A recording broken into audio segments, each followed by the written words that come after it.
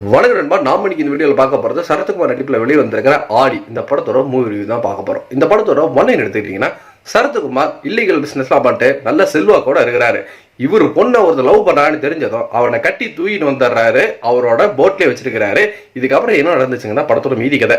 என்னடா இதுதான் கதையா? இதுதான் நிறைய படத்துல வரக்கூடிய ஒரு சீனா இருக்கும். இதுக்கப்புறம் தான் கதை வந்து டெவலப் ஆகும். நான் அப்படிதான் நினைச்சிட்டு இருந்தேன். இதுல அப்புறம் ஏதாச்சும் வந்துட்டு கதை டெவலப் ஆகி வேற ஏதாச்சும் ஆங்கிள் போகும். இவர் பண்ற இல்லீகல் பிசினஸ்ல ஏதாச்சும் வந்துட்டு பிரச்சனை வரும், அது சம்பந்தமா ஏதாச்சும் வந்துட்டு படத்தை காட்டுவாங்க. பாத்தீங்கன்னா இந்த இப்போ நான் சொன்ன இந்த ஒரு ஒன்லைன் தான் மொத்த கதையாகவும் வந்துட்டு அமைச்சிருக்காங்க.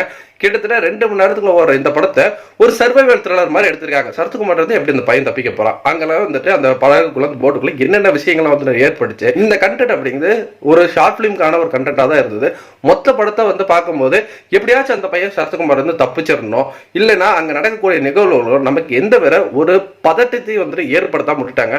முக்கியமா ஃபேமிலி சீக்வன்ஸ்லாம் வந்துட்டு அதை அப்படியே அங்கேயே கட் பண்ணிட்டு த்ரூ அவுட் கிட்டத்தட்ட ஒரு 1.5 மணி நேரம் அந்த போட்லேயே நடுக்கடல்லே வந்துட்டு அப்படியே வந்துட்டு போயிட்டு இருந்தது. இந்த படத்தோட ஒரு நெகட்டிவாக தான் வந்து பார்க்குறேன். எனக்கு பெருசா ஓகே இந்த சீன் வந்து ரசிக்க முடியாதுன்னா அப்படி பெருசா எனக்கு வந்துட்டு இம்ப்ரெசிவாக இந்த படம் வந்துட்டு அமையல.